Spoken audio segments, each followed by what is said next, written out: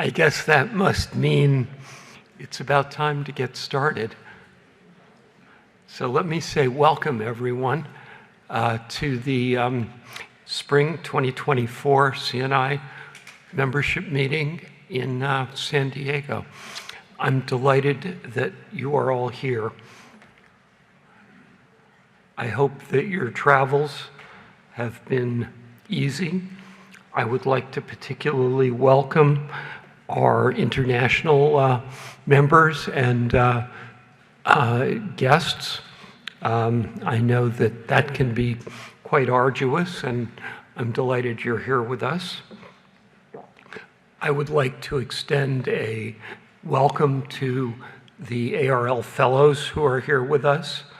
I will also, just in case, welcome any CLEAR Fellows who may be here with us.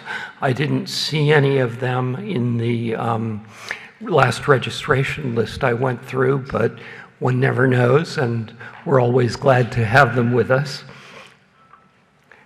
I cannot see the audience, of course, because I have these very bright lights in my eyes, but I do want to take just a moment to extend a special welcome to the Association of Research Libraries' new director, Andrew Pace, who I'm delighted to say is here with us. And if you've not had an opportunity to meet him, please keep your eyes open for it. Yes, I see him. Here he is. Thank you.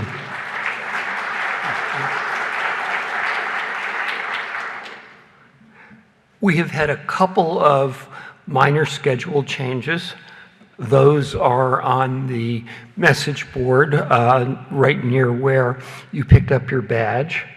And if we have further changes, we will post them there. So far, the notable changes are that the session on HathiTrust's new strategic plan had to be canceled. I'm sorry about that. I'm hoping we can get that in future. And Ken Klingenstein was unable to join us, so he will not be doing his lightning round announcement and breakfast table tomorrow morning. We will be having quite a number of breakfast table discussions for those who would like to participate in those, and we'll go over the details of that at the lightning round just prior to the reception today. I'd also like to welcome several new and rejoining members who have become part of the coalition since our fall meeting in December. The new members are Attain Partners, Harvard Business School, and Carleton University. Rejoining us are the University of California, San Francisco, the University of Southern California, or USC, and the Library of Virginia. And let me ask you to join me in welcoming all of those institutions.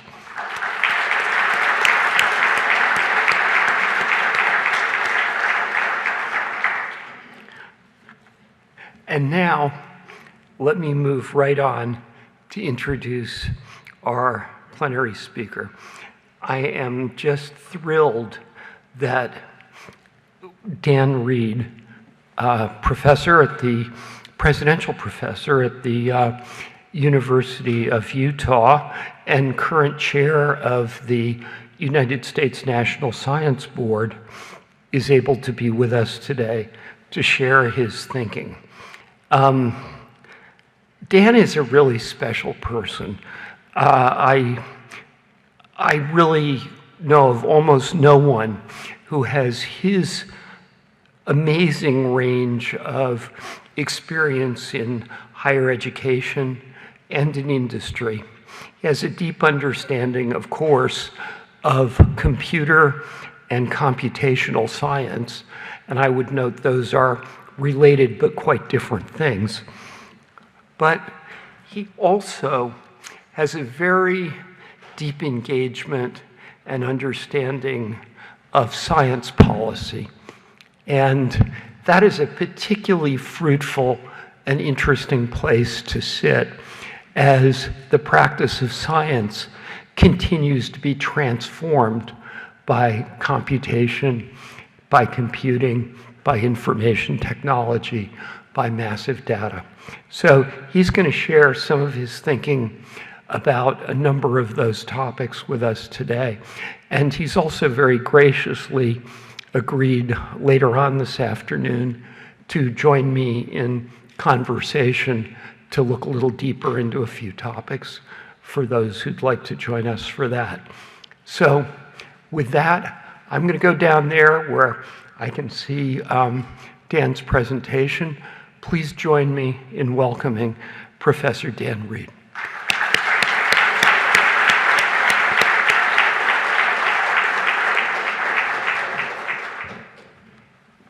All right, now I'm staring into the bright lights.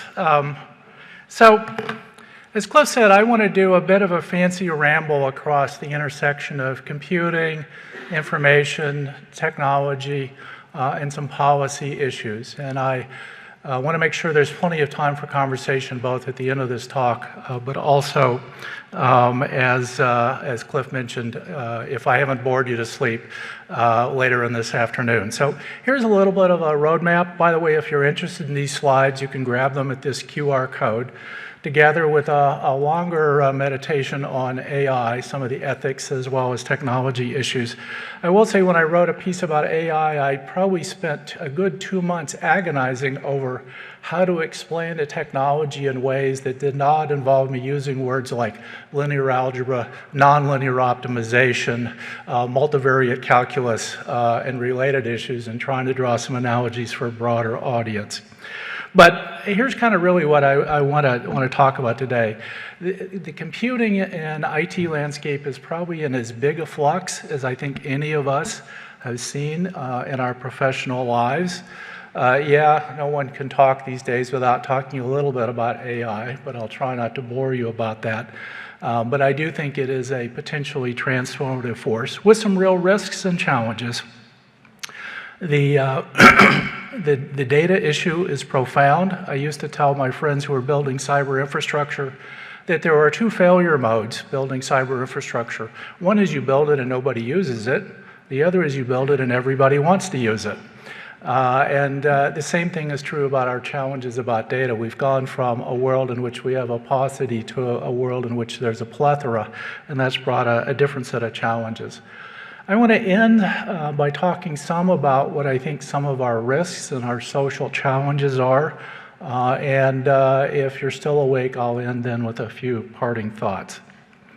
So one of the things I think that is a challenge for us, I often say there are really only 3 questions in this world. There's life and nature, there's matter in the universe, and there's the human condition. And one of the challenges that we have faced, if you think from the original 7 liberal arts, the repeated speciation of new knowledge domains with the growth of knowledge. And one of the things that is challenging about that is we really lost a lingua franca. There's really not a shared ontology of discourse. And if you doubt that, go try to read the research abstract in any domain different from your own and realize you may not even know what all the words in the abstract mean. And so in a world where change is accelerating, how do we have thoughtful conversations about what these changes mean for us and for our environment? It used to be, you know, the old joke that new ideas take hold in science because old scientists die is true. And there's real data to support that. But more importantly, it used to be that the pace of change was sufficiently incremental that it was largely generational. And now when we see profound changes in social and economic upsets that are measured in a period of a handful of years, how do we have thoughtful conversations about how that technology is driving change in a thoughtful way, as opposed to a fearful way that drives uncertain reactions, because uncertainty and fear drives a whole set of adverse reactions. And so how we think about those is really important. AI is one of those, but it's by no means the only one. So if we sort of look a little further, I'll tell you an old story. So I grew up in the backwoods of Arkansas, and I spent a lot of time hanging out in our little local library. And at some point, a city slicker from up north showed up at the library and tried to donate 20 years of old Scientific Americans to the library. Now, all of you librarians know that, the standard answers are either a polite refusal or a polite acceptance and an equally polite discarding of that content because it's rarely of value. But unless there's truly rare historical artifacts there, that's almost not the case. So this fellow showed up at a little library in Arkansas, and I had some influence with the library clerk. She was my mother. And so I prevailed upon her to let me have that 20-year stash.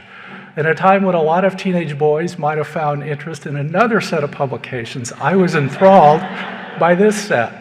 And I read this story that appeared in March of 1973, and it was a story about the energy efficiency of motive movement among different organisms, right? Flying is incredibly energy intensive, crawling much less so.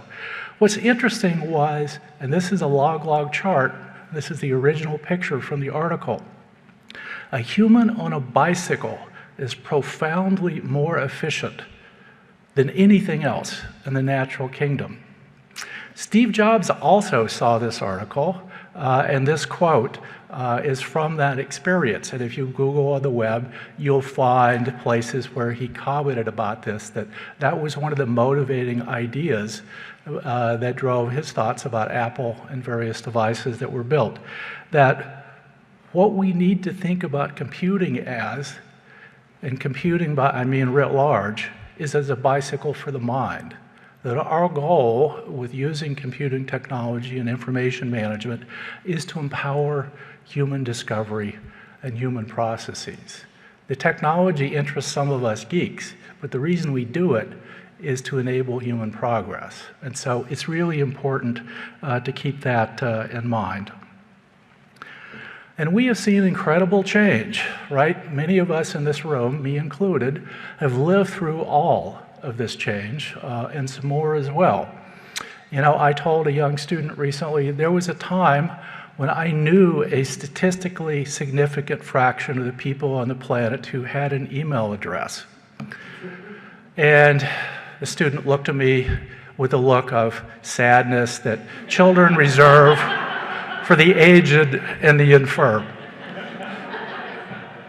Probably deserved. I also pointed out that there was a time I could draw the whole internet on a 3x5 card, and that's in the same category. All the years I was in Illinois, of course, I lived through the transformative effect of Mosaic and the birth of the web browser, and learned a lot through that process, including building early web analytics tools. But one of the things that's interesting about technology is rarely do we abandon old technology. It's a lot like an onion. We keep putting more layers on it as new things emerge. So those old ideas are still there in terms of network protocols, but we've layered additional things on top of them. And now we're dealing with the transformative effects and exactly how to be determined from generative AI and cloud data centers. And I spent a bunch of time at Microsoft working on energy efficient data center design and transnational data flows and digital privacy. I'll say a few words about that in a moment. But how we think about scholarship and the success of our society, economic competitiveness, security, privacy in this world, there are deep and profound issues that one of the things I want you to take away from this talk, and the reason I started by talking about the repeated speciation of knowledge, is almost all of these issues require a multifaceted, collaborative, 360 perspective. And how we bring people together, not just people with different technical expertise, but how we bring people with different social experiences and perspectives together to talk about these things is profoundly important in our society. And of course, what goes with that, with the change in technology, is changes in our technical infrastructure as well. As we move from the traditional model of theory and coupled experiment to computational models, and then the so-called fourth paradigm of data analysis, and now layered atop that a whole set of issues around data analysis. As I said before, one of the real interesting things is we've now moved from a world where data was rare. After all, the rationale for doing experiments is to collect unique data so you can test theories or identify opportunities to generalize existing theories. And now we're in a world where we have more data than we know what to do with in many cases. But it is also, and this is a sociological issue, profoundly liberating in some ways. Because it used to be, and it still is in many cases, if you have unique infrastructure, you have competitive advantage because you can ask and answer questions that people who lack that infrastructure cannot. But in a world where data is shared fairly, in both the technical sense of fair and in the philosophical sense of fair, advantage accrues more to people who can ask better questions from the data. And that's both democratizing, but also destabilizing in many aspects of the way we think about scholarship. And that social revolution is not fully played out. So I'm going to get really geeky for a moment because although I'm standing up here in a pinstripe suit, I really am a geek, and talk about technology. And this may be one of the two most important things I want you to take away. Yeah, there's a lot of hype around AI, but it's also true that most of the free lunch that we have been riding on for the last 40 years, it's over, folks, in several different ways. So first of all, there's an incredible transition going right now around AI. Obviously, anybody who can spell AI, and a lot of people who can't, are all over that. But there are real issues in the future of semiconductors. Some are geopolitical. The CHIPS and Science Act was about re-onshoring semiconductor manufacturing in the US. High-end semiconductors, the US only produces maybe 11, 12% of its consumption. And so the US is, as most of the rest of the world, heavily dependent on TSMC. And we all know the unstable geopolitics around Taiwan and the rest of China. And so there are uncertainties about that. But beyond those geopolitical uncertainties, here's the reality. Transistors stopped getting cheaper about a decade ago. And so the whole nomenclature that people use about feature sizes, like 10 nanometers, 5 nanometers, 4 nanometers, the sweet spot per 100 million transistors was at about 28 nanometers. So we can still make transistors smaller, but per 100 million, they're getting more expensive. And so that notion of everything is going to get faster and cheaper has gotten harder and harder to do. And I often say, and I'll show you a slide in just a second about that, we're going to run out of money before we run out of physics. That's the truth. We're going to run out of money before we run out of physics. So they're getting more expensive, and there are lots of technical reasons for that. The cost of building a semiconductor foundry is also growing exponentially. And so, you want to build one of those, if you can't write a check for $10 or $20 billion, you don't get to play anymore at the high end. And so there are issues around that. What it means is that a lot of the locus of innovation has shifted. And I'll show you a picture of this in a moment. It shifted away from the traditional companies we think of as computer companies toward the AI and hyperscalers. And it's also, and this is important for all of us in academia, it has shifted away from academia and government. Because if you're a government and you got a few $1 billion to drop on something, you don't have much leverage anymore, because that's not much money. And I know any of us in university who are scraping nickels together, as was written in The Big Sleep, I'm rubbing two nickels together hoping they will mate. The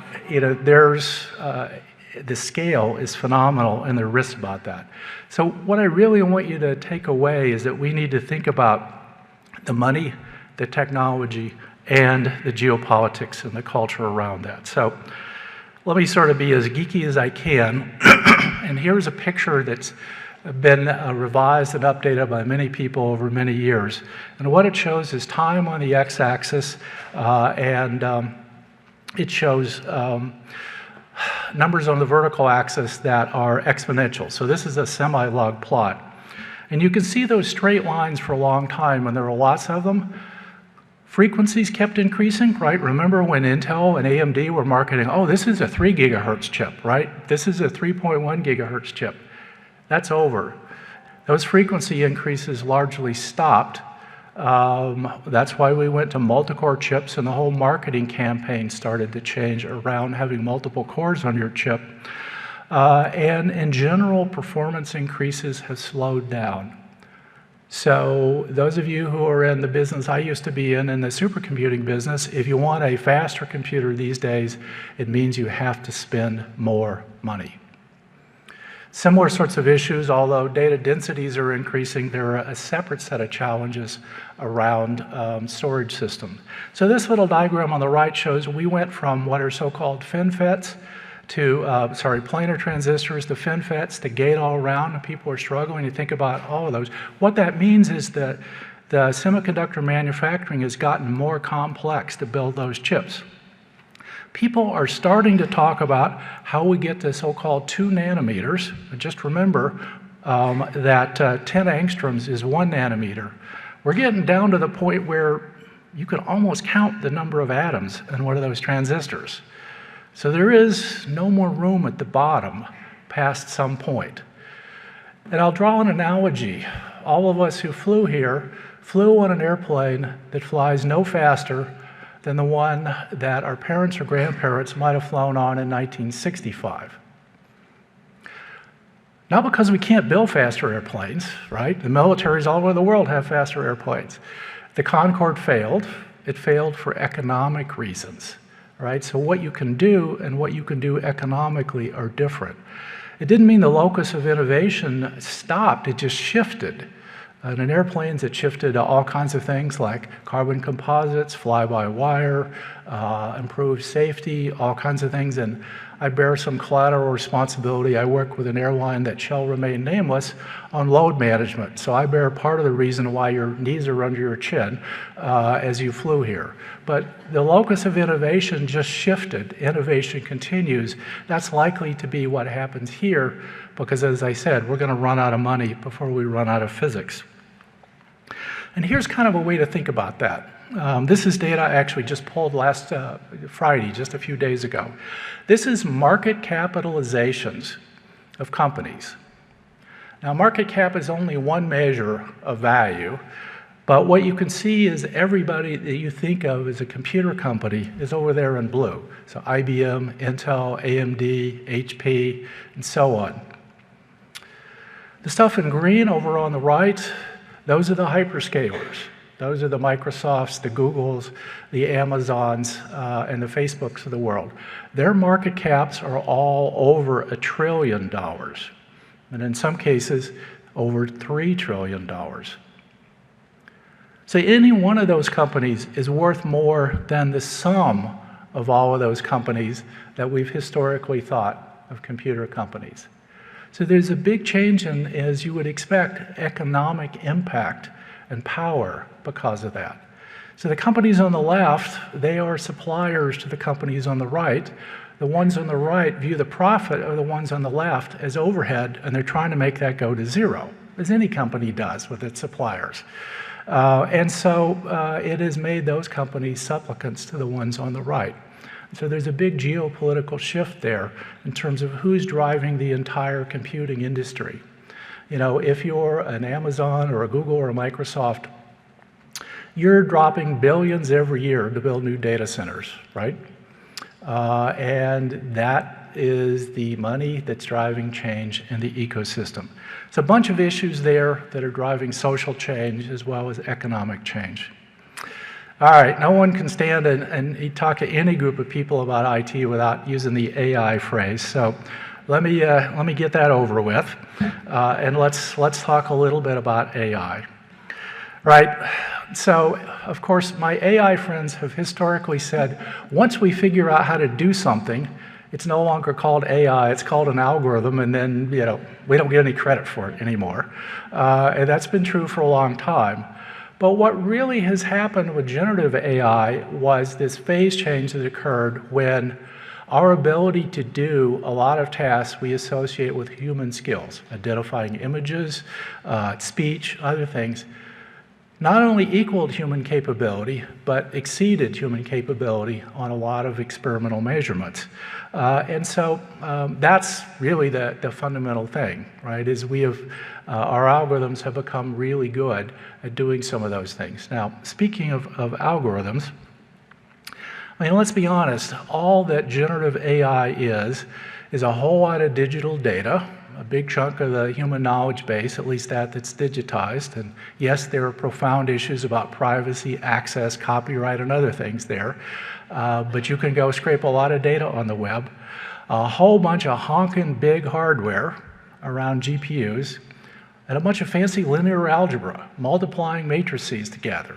It's really all there is, folks. There's nothing up my sleeves. There's no magic. That's what all the hype's about. And of course, as this cartoon from XKCD on the left says, so this is your machine learning system?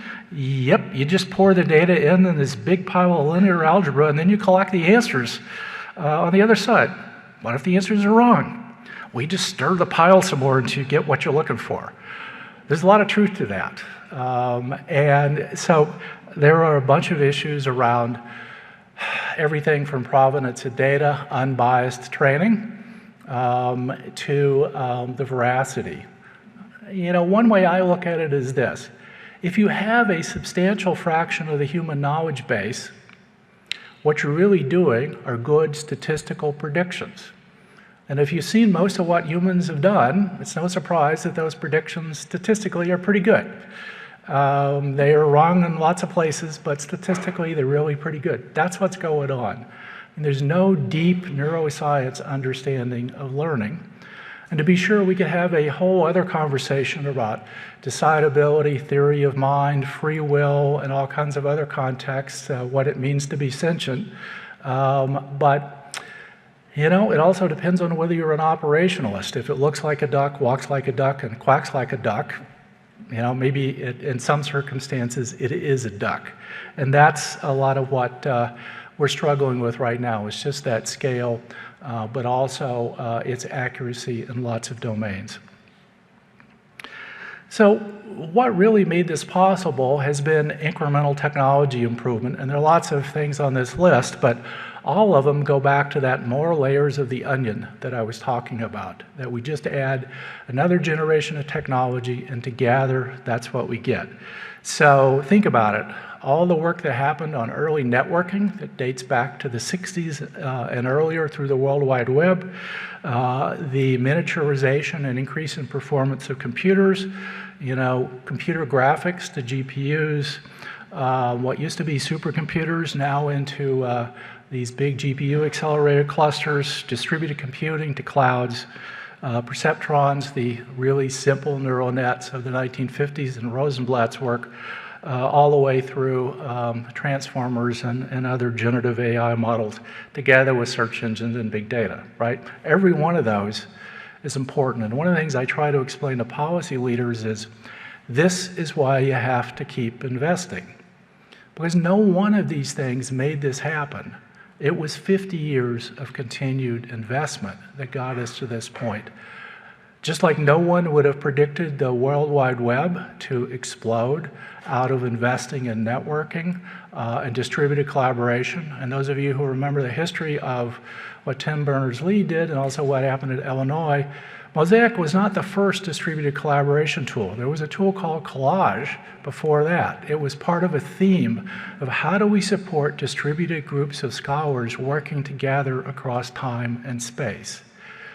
We wouldn't have predicted what happened. I remember the first time I saw a URL on a van driving by, and I went, oh my God, the world has changed. And so those technological change lead to qualitative change, but they're very hard to predict.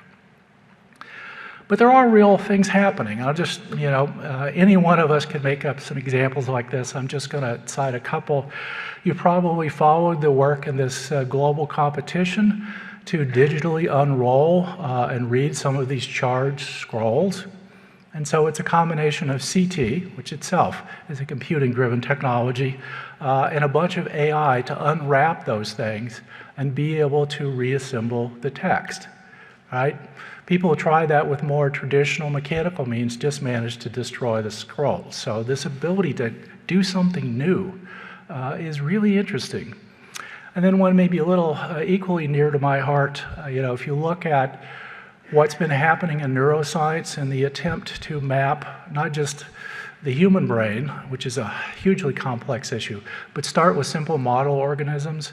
Many years ago, the nematode C. elegans, a really simple worm that's used in a lot of lab experiments, it's got a handful of neurons, not very bright, but it was completely mapped laboriously and by hand by microslicing and then manually matching the connections across the microslices to identify the way that the neurons were connected. Stepping up a scale, Drosophila, another model organism, this little fruit fly, done entirely with AI. The first thing took years. This took days. So that there are things that are really important and interesting that are happening as part of this. And those are kind of, in some sense, obvious after you see them, but important and practical as tools to advance scholarship. Now, this is the one that's a little more controversial, but I'll talk about that a little more in a second.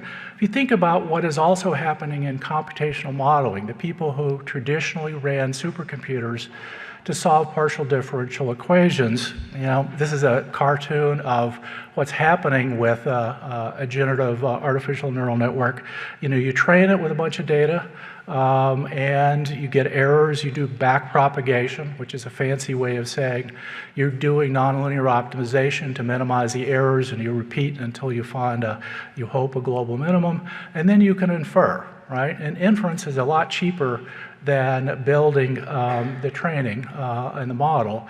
So identifying objects is a lot less expensive than the initial training. So, there are lots of cats on the internet, so you can identify cats. But more than that, you can do really interesting things. Once you have a simpler model, that inference model, you can replace the inner part of a complex calculation, and you can do parameter studies.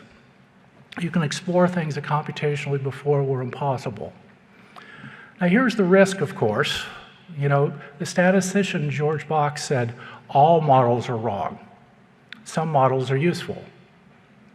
And it's true, because by definition, a model is a simplification of reality, right? So it's not going to get all the features. But if it's a good model in the domain that it is accurate, it can be really efficient. And of course, correlation is not causation either. I have a whole other graph I'd show you that if you want to increase funding for research in the US, then we need to increase the number of suicides by strangulation. There's a very strong statistical correlation with those two. Correlation is not causation. So understanding the veracity of your model and the domain of applicability is really important, and that's a part where the broader sort of social context about reasoning comes into place. A couple examples here. The one on the left, Google has built a weather forecasting system that runs on one of its special purpose accelerators, a so-called TPU, and it can do 10-day forecasts in 10 minutes on one processor. And they're just as accurate, actually more accurate than the ones that the National Weather Service runs. But again, they're not going to tell you about climate change because they only work within the domain where they have been trained. So, like all models, they're useful, but you have to be careful. I'm actually working with a group at Northwestern right now on a project called SAGE, where we're using remote infrastructure, this is picture one in the lower right, to be able to apply AI out at edge-based sensors to find wildfires, to identify smoke, to track wildlife and count flora and fauna, and to do that with AI at the edge. So these simple models can be really powerful. But here's the thing to think about. There's a little bit of 1984 at work here. And I don't mean in the other sense that Orwell may have been an optimist and that we are now buying personally the cameras that spy on ourselves, right? So might not have been willing to predict that, but it's happening. But in the following sense, that most of the way we have thought about using computers to build models and to gain insights draw on the long history of deductive-based reasoning. So you have an idea, you build a mathematical model, you turn the model into some computing that you can do, and you extract some predictions from the computer version of the mathematical model. But it's derived from a theory, right? A lot of what AI is doing is an inductive-based model, right? Here's a whole ton of data. Can you tell me a theory from looking at all that data? Right? And the truth is that's how science is done all the time. We don't like to admit it, but most scientists, they guess a lot, right? And the sad truth is what we go off on a tangent for a moment. Most of what we teach kids in grade school about how science is done, it's a lie. It's a big lie. And that's a lot of reasons why they hate science, is because what we're telling them is boring and it's not really how science is done. It's that notion of I'm guessing and I'm asking strange questions and I'm going and looking and I'm seeing what happens. That's really how science is done, not to mention the political rivalries, and don't get me started on research funding challenges. That's a whole other set of issues. We don't want to tell grade school children about that. No one will go into science. But that notion of curiosity, of inductive reasoning is true. And one of the things that Kuhn wrote, in his book about the structure of scientific revolutions was there are these phase changes that happen where people realize that a new approach can take hold. And so it's not incremental. It tends to be this phase transition where people go, oh, well, of course. And then it's always been that way. It's kind of why I said it's a lot like 1984. Oceania has always been at war with East Asia, right? And it becomes the revisionist history and the new norm. And a lot of that's going on right now, at least in science around AI. We're seeing this collision of deductive and inductive models and a little bit of culture collision because of that. All right, let me say a little bit about instruments and data. And then I want to talk about policies here before I run out of time. We're in a world where there are a small number of incredibly expensive instruments where multiple billions is the coin of the realm. I spent a lot of the last year working on extremely large telescopes where, you get a couple of those per planet and they're in the $5 to $10 billion range. And then over on the right, there's this whole exploding world of the Internet of Things, cameras, other kinds of sensors, and a big set of issues around that. So what does that mean for those of us who think about information retrieval? It's as much cultural as it is technical, because it breaks pretty much all of the desktop tools we use for smaller amounts of data. It forces you to think about infrastructure, not just the data. The data is probably not replicable, or at least not without incredible pain and expense. Probably not fully inspectable, has to be semi-automated analysis. And then the thing that we don't like to talk about pretty much in any process, whether it be libraries or AI, is that data cleaning is more expensive than the analysis. And so that culture set of issues is really important. I'm reminded of this old quote from the late Nobel laureate Herb Simon, and he said, you got to think about it. What does information consume? It's pretty obvious what it consumes. It consumes the attention of the participants. And so a wealth of information creates a poverty of attention. And that's kind of what we're struggling with now, is this explosive growth of data and the challenge about how we extract insights about it. And then we all know this, the short form is broken URLs everywhere, but a lot of the stuff that we take for granted on the web is disappearing, right? And so the whole set of issues around precision, recall, permanence, all of those database issues convolved with what we're all seeing in terms of the evolving financial model for publications around open access and pay to publish versus pay to read. There are profound issues there. I think the problem is this: it's all of our problem, and therefore it's nobody's problem. But how we think about addressing this issue, I mentioned the sociology of use earlier, reproducibility and sustainability. Here's one of the things that keeps me up at night about data. Certainly scientific data, it's the following. If you're a scholar, you will keep the data as long as it is to your intellectual advantage.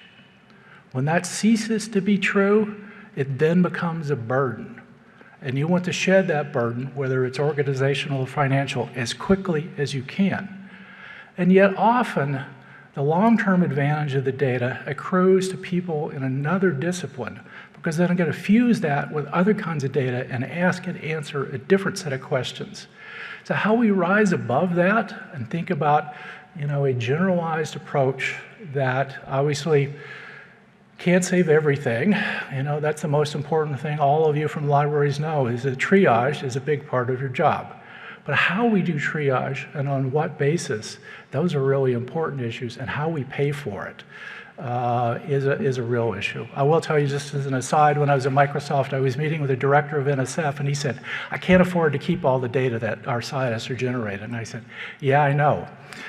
Just in case it wasn't obvious, I don't work for a philanthropic organization right now. So I can't fix your problem for free, but we could talk about financial models that would do it. But we've got a reason to gather about this issue. All right, so let me talk about worries. I've worried enough that I've lost all of my hair. So let's talk about a few of these issues in the computing data and AI space. And I'll start with one of the big bugaboos that we all worry about. Privacy, ethics, and law in the digital age. And this is a global challenge because there are multiple worldviews about this. And I would, at a high level, maybe overgeneralize. There's what I would describe as a European view, a US, Japan, Korea kind of view, and a rest of the world view. And they're very different in terms of social and legal expectations for privacy. And part of it is because historically all our notions about privacy and security were rooted in physical person and place. After all, most of our US legal system is rooted in English common law and the castle doctrine. My home is my castle and I'm safe against unreasonable search and seizure there. Your digital persona flows at the speed of light, well, the speed of light in glass, which is a little lower, around the world. Right? And you can have parts of your persona in multiple different conflicting digital legal domains at the same time. There are real issues around that. There are issues around the use of data to do predictive analytics. Any of you have looked at how police forces use data to identify risks of recommitting crime? Know that there are real social biases in some of that. And part of it is because the systems are trained with data that itself is biased. And so how we manage that is a different set of issues. The whole set of issues about transactional data, you click on a website, that's a known transaction. And you may not like the EULA you click on, but at least you know you clicked. As opposed to not just the transactional, but the implicit data, the data that comes from sensors or other kinds of world and the metadata that goes with it, that you don't really have a control. And so how do we think about this issue of things like limited transitivity for data? I can get this word out, transitivity. I know I can say this word. I speak for a living.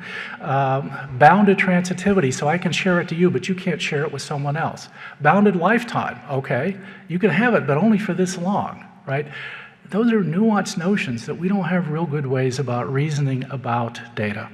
And so there are a lot of unresolved issues there, some of which I would argue are ethically and morally right or wrong. But a lot of stuff in the middle is just social consensus. How do you build social consensus?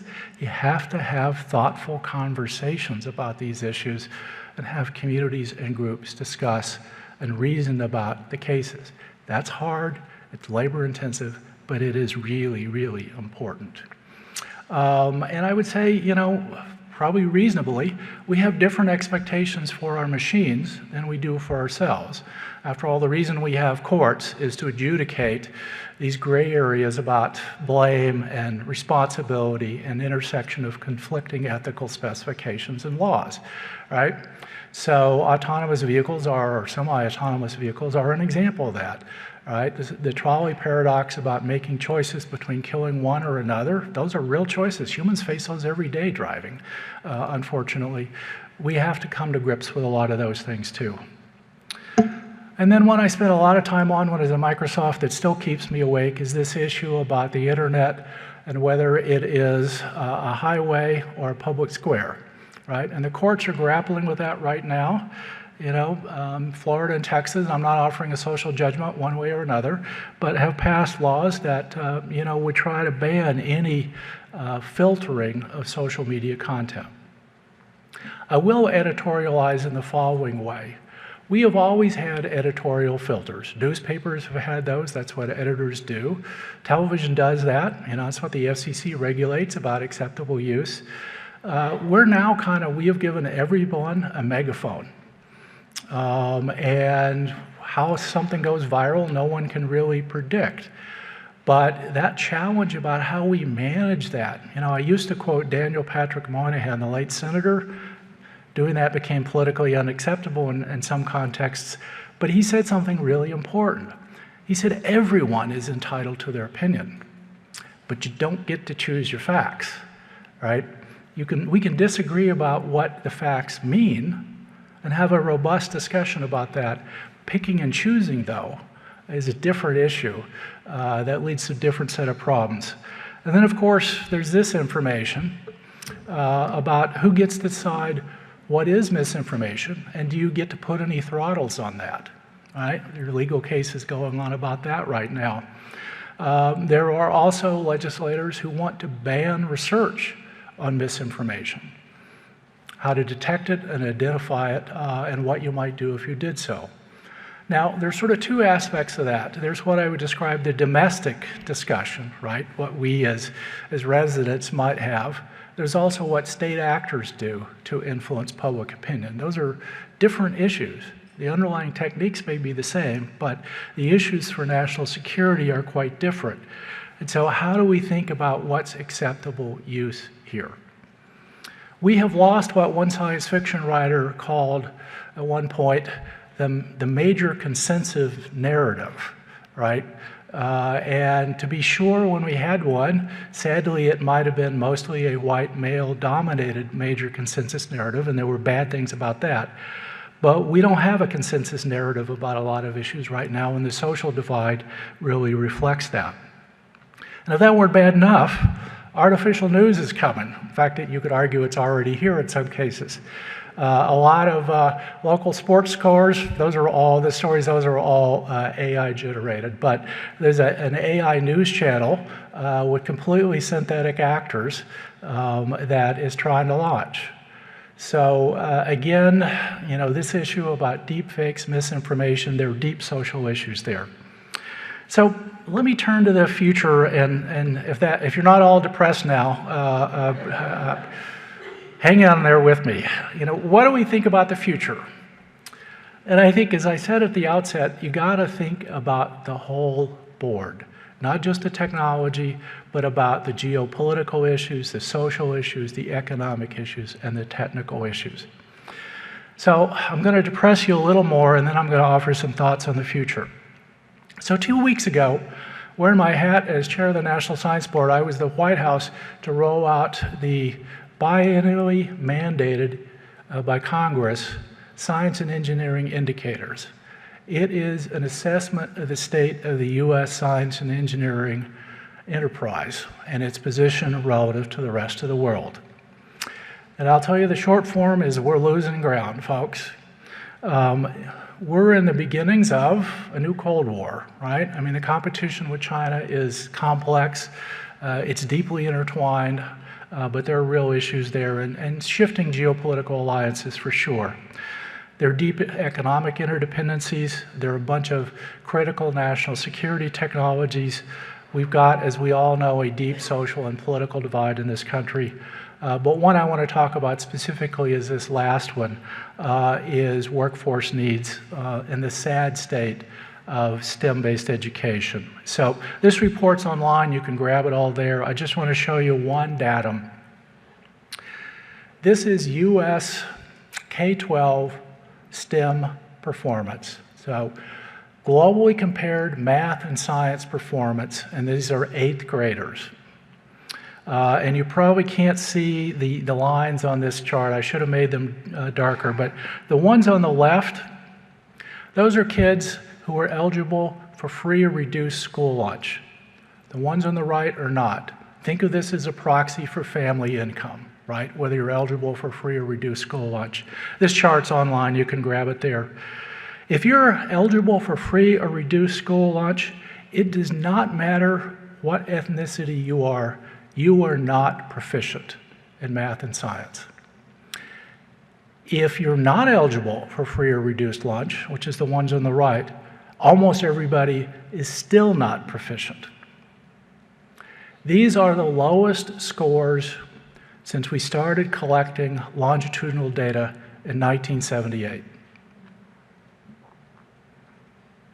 Now, to be sure, some of this is due to COVID. How much yet is to truly be known. We need more data in the future to see it.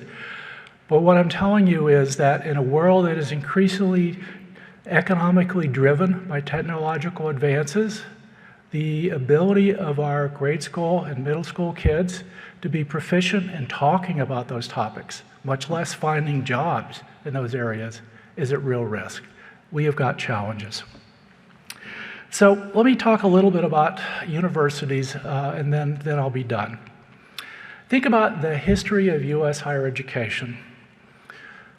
It's one of punctuated equilibrium. And the truth is, if we were sitting in a venue like this in the 1700s, none of us probably would be here. Because the original Ivy League, certainly Harvard, was created to educate a clergy. And those were all white, male, and wealthy. I know I wouldn't be here. What we've seen is a broadening of access. Certainly the GI Bill, for all of the issues around land grabs from Native Americans, broadened access and skills to a whole set of the US population. There were lots of people in higher education who thought the GI Bill after the Second World War would destroy the US higher education system. By any measure, it was one of the smartest things the country has ever done. We can keep going on down that path. It's about broadening access and democratizing access. But the real question is, what happens next? Because the social compact and the expectations about the value proposition of higher education is deep and profound right now, as people question, is it worth it? Is it worth it intellectually? Is it worth it socially? And for sure, is it worth it economically?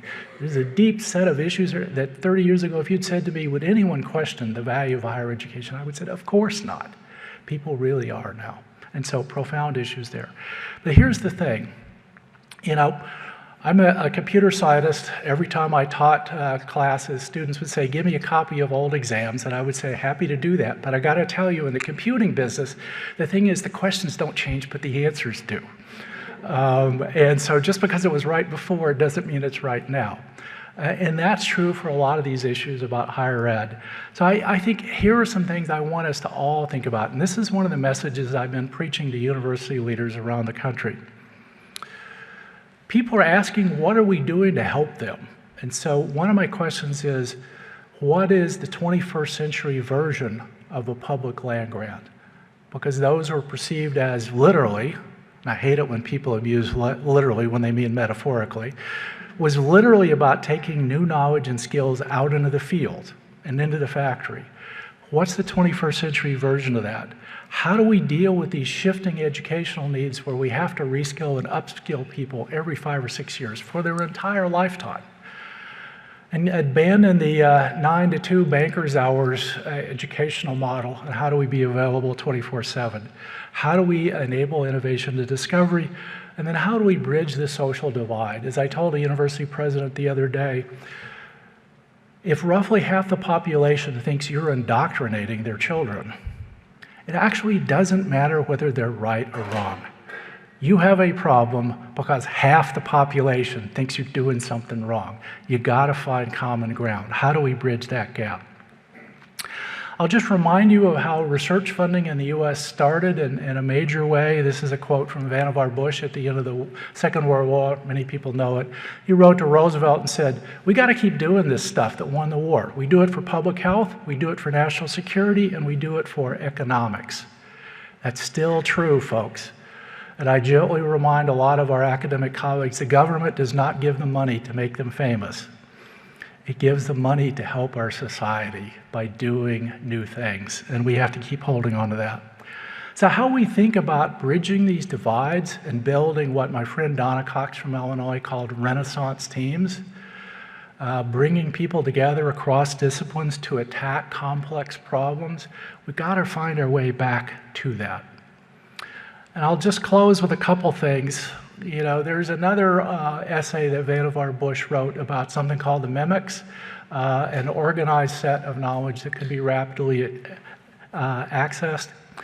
This picture on the left is from Plato at Illinois. It's one of my favorite pictures on the top. You know, this is a kid listening to, you know, computer-sized, synthesized music, touch-sensitive display, customized dynamic lessons. When the iPod appeared, at this point, I was at the University of North Carolina, and I went into a cabinet meeting. I put an iPod on the table, and I said, this thing can hold the text from the entire Library of Congress for a couple $100, and it's going to get even cheaper. How are we using that to think about reaching kids for education? I do think now, as we think about AI, and to be sure, there's a long history of technology-mediated education. You know, MOOCs came and went, you know, CATV, you can go back to mail order lessons. There are all kinds of ways about trying to broaden access. But you know, how do we think about that notion of using AI to provide adaptive tutors for kids and keep them engaged? I think there are important issues there. All right, I want to end with this and make sure then that we have time for questions. And so this is a little exercise. What do you see? And you're thinking, oh Lord, he's going senile. Well, duh, it's a door and a stone archway. And you'd be right, that is true. But if you look a little harder, there's a lot of stuff there. There's history and culture and the rule of law, because that's what doors and residences represent. There's security and privacy. There's a lock there on that doorknob. There's mathematics and cryptography and other issues there. There's metallurgy and material science. There's environmental systems. There's trade and economic specialization. There's manufacturing and replication. There's microbiology, that's a wooden door. There's human social dynamics and structures. There's art and design and aesthetics. There's paint and chemistry and polymers. There's mechanical advantage in physics. And what we see is through our own lens. We often see just little pieces of this. So we have to step back in this incredible speciation of knowledge and say, how do we see the big picture? How do we reason about the interdependence of these issues? So I often, you know, we like to believe in education that we are the School of Athens, thoughtful scholars who work together. More often than we'd like to admit, we're the Tower of Babel, right? And if you remember the story in the Judeo-Christian tradition about they were going to build a tower to the sky. I've always liked the verse from the King James Version of the Old Testament because it says something interesting. And the quote goes something like this. And the Lord said, behold, the people are one. And they all have one language, and this they begin to do. And now nothing will be restrained from them which they've imagined to do. Solving these problems requires collective wisdom and will and collaboration. And it mostly means putting aside our own sometimes self-righteousness and belief that we have the answer and admit ignorance. Because one of the things that's often true across all of us in intellectual circles is we're afraid that we're frauds. And the thing I learned most about cross-disciplinary collaboration is you have to freely admit and embrace your ignorance, because we're all ignorant in different ways. And that is the beginning of knowledge. And as one of my friends likes to say, you have to learn a whole lot to realize you know nothing. And that process is really important. So last thought, I've always loved this slightly out-of-date book from the late Peter Medabor called Advice to Young Scientists. It has, and this is an example of dated advice, those of you who are old enough to use overhead transparencies to give a talk, he says, if you're nervous, don't put your finger down on the glass. Everyone is going to see your fingers trembling, right? Really practical stuff like that. Together with occasionally you just need to be slapped upside the head with a wet fish to realize that you're being arrogant. But here are some things that I learned over the years, some of which my grandparents taught me, that I think are really important. So these are what I view as advice to innovators, whether we're young or old. Perhaps the most important one of all is go embrace people not like you. They'll push you out of your comfort zone. They'll challenge your beliefs and assumptions, and you will learn something from them that you won't if you hang out with people just like you. And they'll learn something from you. Take some risks. It's okay to fail. In fact, that failure will stretch your imagination, and even failing gloriously can be a badge of honor, as opposed to doing something incredibly stupid and failing. That's just plain bad, okay? And then, of course, identify what you do well and partner with the other people who figured that out, right? Because together you could do something that none of you can do. And then the thing my grandfather mostly told me was, life is short. Make new and original mistakes, not the same old ones over and over again. So those are things that I think are really important as we think about the future. And so there's do or do not. There's no try. And then I'll leave you with this thought. You know, the science fiction author William Gibson said, the future is here. It's just not evenly distributed. And then another science fiction writer, probably one of my favorites, more recent ones, Neil Stephenson, said, if you want to build a better future, you gotta start with better dreams. And that's what we need to do. We're surrounded by challenges, but we're also surrounded by opportunities. So let's take some better dreams and let's try to build a better future. So thank you.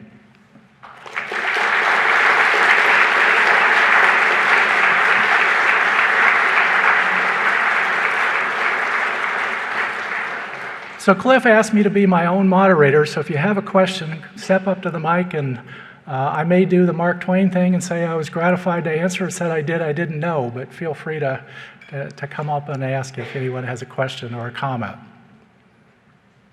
Oh, come on, don't be shy. Someone must have a comment. There we go. Thank you, sir. Think I'm tall enough for this? Is it working? Okay. I appreciated you bringing up the NDEA, so Sputnik 1957, the NDEA 1958. Very quick response from the government in terms of supporting a new approach to broadening science education. If you're looking at today's political and educational environment, and we posit ChatGPT or just the emergence of generative AI as a Sputnik moment, what does the next NDEA look like? It's a really good question, and in fact, that's exactly the message I've been preaching in DC, which is that we need a 21st century version of the National Defense and Education Act. If you remember, well, most of us aren't old enough to remember, but many of us in this room benefited from the NDEA. When Sputnik was launched, there was great fear in the US of the missile gap and the fear of the Soviet Union, of course, the threat of immediate annihilation by virtue of nuclear war. You know, just like hanging, it does wonderfully focus the mind. And so the NDEA had, it's okay to laugh, had profound implications, as he just noted. Most of what we think of as current math education had its origins back in that day.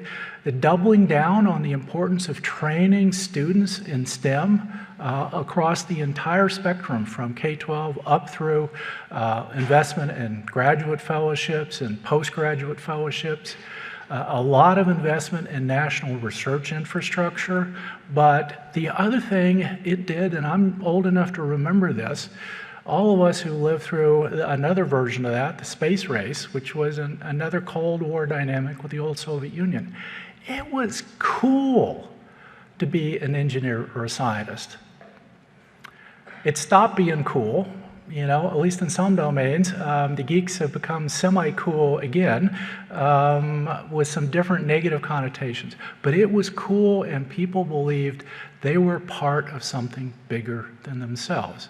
Now, yeah, it was motivated by the larger existential fear, but it was an all-hands-on-deck mobilization. And so as I've talked to Democrats and Republicans in the House and the Senate, I've been floating a version of that idea for the 21st century, because if you look at where we are, we're losing ground. Now, it's not the same existential threat that we saw with the military competition with the old Soviet Union. We are in a deep geopolitical competition with China. Let's be absolutely clear about that. It's not the same kind of Cold War. It's an economic competition. And if you look at the places that the US and China are trying to build partnerships around the world, it's another generation of the same geopolitical competition that took place 40 years ago. What's different is we are, and China as well, we are deeply intertwined economically in a way that the US was never intertwined with the old Soviet Union. And so it's much more complicated for them and for us. And so we have to think about that and what it means. And let me be very clear. We want this country to remain what it has been for most of its history in fits and starts. We want it to be a global magnet for talent. We want the best and brightest people this planet can produce to want to be here with us. Because we lose on a level playing field just by the numbers. There are only 300 and some million of us. It's not enough in terms of the values that we believe in and that sort of openness. There are issues there that we have to talk about.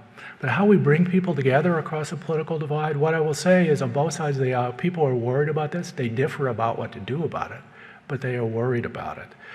And so I laid out some of the things I think are part of that. A doubling down in addressing our educational shortfalls from K-12 on up, but I do believe incumbent on education system is particularly higher ed. I won't presume to lecture about K-12. That's a different set of geographically distributed control dynamics. So let's just focus on higher ed. We have to be open to change. Because as I said, the questions don't change, but the answers do. And the history of higher education, if you look at what we do now, it looks nothing like what we did 40 years ago. There are some common things, but the way we operate, the things we prioritize are very different. There's no reason to believe that in the future it'll look like it does now. So how we preserve the verities but respond to societal needs has got to be a piece of that. But the other thing is the will to address the cost, because this is a multi-trillion dollar bet on the 21st and 22nd century. And right now I don't see us having the political will to do that, but I think we desperately need to. And that's as close to a political stump speech as you're going to get from me. But now you know what I think. And feel free to challenge that belief for anybody else who wants to ask a question. Boy, you are a quiet group.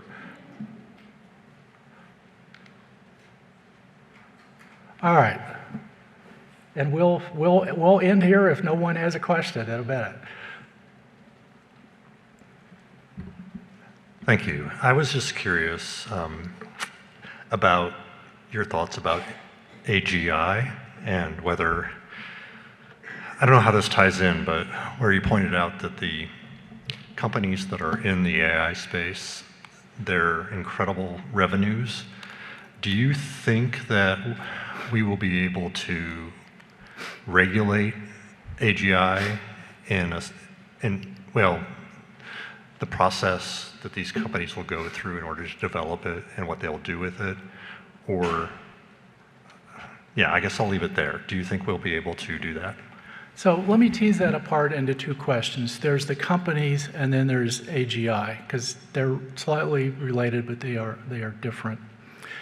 So one thing that I have generally observed about antitrust and competition is that if you look at the history of large companies, with a few exceptions, certainly the ones more recently, the companies that are able to do largely basic, curiosity-driven research, they have to be de facto or quasi-monopolies.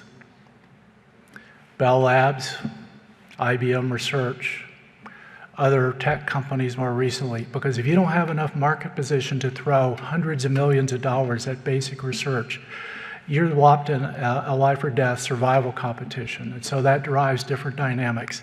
I'm not arguing for big companies and monopolies, but I'm saying they do have some collateral advantages, and you have to think through that dynamic and recognize that some things can only be done at a scale where $100 billion, not a problem. We can do that. Even $1 trillion, yeah, we can do that. And some of these problems have become so hard that that's the scale. Governments are being priced out of some things. These days, billion-dollar scientific instruments are run-of-the-mill. That's still hard money to come by in a government world. A tech company can drop $1 billion based on a coffee conversation. So there are pros and cons there. Now, the different part about AGI and regulation, let me turn to that part. It's also a nuanced challenge, and this is one that, more broadly, I will use the EU as a bit of a stalking foil, because I spent a lot of time when I was at Microsoft. I ran global tech policy, so I flew all over the world talking to governments about the future. One of the things the EU keeps asking itself is, why has it not produced any trillion-dollar companies in the last 40 years? Some of it, maybe not all, is because of the regulatory environment. So again, there are pros and cons, and I don't want to sound like an all pro-business shill here, but there is tension there. And to be sure, the history of abuse of information in the EU is very different than it has been in the US, and they have a right to have scars from those experiences from the war. But in terms of AGI, yes, I think we do need regulation, but one of the things I learned over the years about evolving technologies is you want to regulate outcomes, not mechanisms. And so I'll use an old tried example. Back when computer technology appeared, there was appropriately a lot of regulation about screen readers for accessibility. And then we went to a graphic space where screen reading didn't really make sense. What you really wanted was to make sure the person who was vision limited had access to the information that was being displayed. How you did it, the technology needed to track that. So separating the outcomes you want, which are fairness and equity and lack of discrimination, without necessarily specifying the technology used to do it, that I think is the sweet spot between regulation and nimbleness. And so, yes, I think we need some regulation. The White House executive order was a start on that. The task forces, I spent more time on the Hill talking to members of Congress about what this AI thing is and how to spell it, than I can count. And for some people, that is their level of knowledge. There's this magic thing called AI, and they don't really understand what its strengths and its limitations are. That goes back to the informed debate issue. But yes, we're going to need some more regulation for fairness and equity and access for sure. But again, I would separate mechanisms from outcomes. Yes? Hi, thank you for the great talk. I have a quick question about your thoughts on basic fundamental sciences like math and physics and, because the investments into computer science and AI are increasing. At the same time, investments at higher ed institutions in basic sciences are decreasing. And recently I have been on a AI and data science summit in which one of the AI scholars actually presented a study that shows that the seminal papers that actually had a lot of transformative impact on sort of larger collaborative studies haven't actually rooted more on single discipline rather than collaborative research. So I was just curious how the trend of investing more into interdisciplinary research and AI and how that can affect rather smaller investment into basic fundamental sciences? Thank you.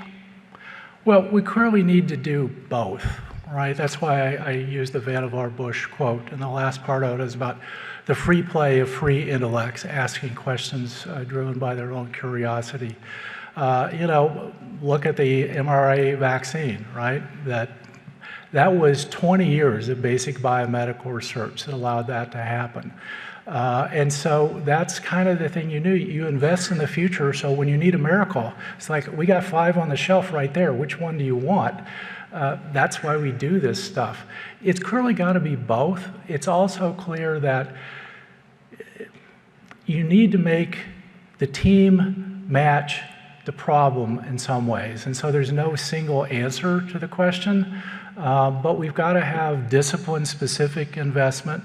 But we also need to have these collaborations. Now, the other thing that we also got to be honest about is that we don't know where those discoveries from. The truth is, the ugly truth we don't like to admit, is that most investment in research, the main thing it does is it keeps the flywheel turning. It trains a new generation of scholars. You don't know when lightning will strike and a great idea will emerge, but most of the time it's about keeping the flywheel turning.